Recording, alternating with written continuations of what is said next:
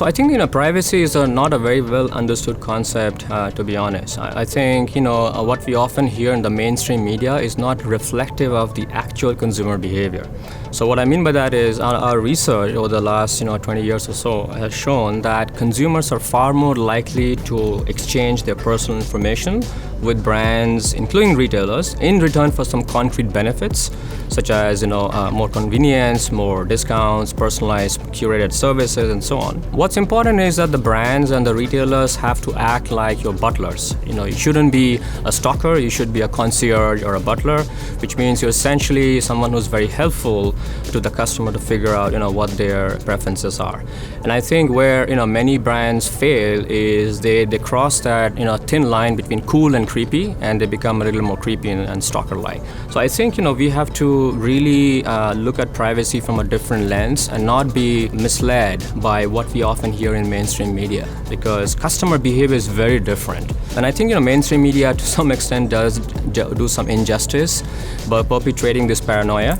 And I think we have to bring the conversation to the middle as opposed to the extreme right where it is right now. I think I guess the most promising area is what I feel is going to be the integration of online and offline. There's some fascinating insights you can get from customers and whose data you can merge online and offline.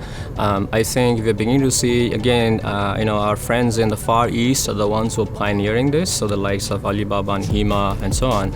But it's also a big reason why Amazon bought up Whole Foods, for example, I would imagine, or Walmart is acquiring Bonobos and many other offline retailers, is they want to better understand you online and offline and use that to figure out a highly personalized AI-driven journey. So I think the next frontier that retailers have to work on is integrating that. And then within the offline world, I feel one of the most promising areas is video analytics, facial recognition, emotional mining, and we are beginning to see a little bit of that. To be perfectly accurate, about 6 or 7 years back, Nordstrom tried to do emotion mining using video analytics. But I think at that time, the world wasn't ready for it. It was a little too ahead of its time, and people were taken aback. But I think a lot of customers, especially Gen Zs, the millennials, the I generation, they're ready for this. They're ready for having their behavior analyzed and using video analytics, facial recognition, Wi-Fi based trajectory, and then using all of that to send them targeted offers while they're up and about in the offline store.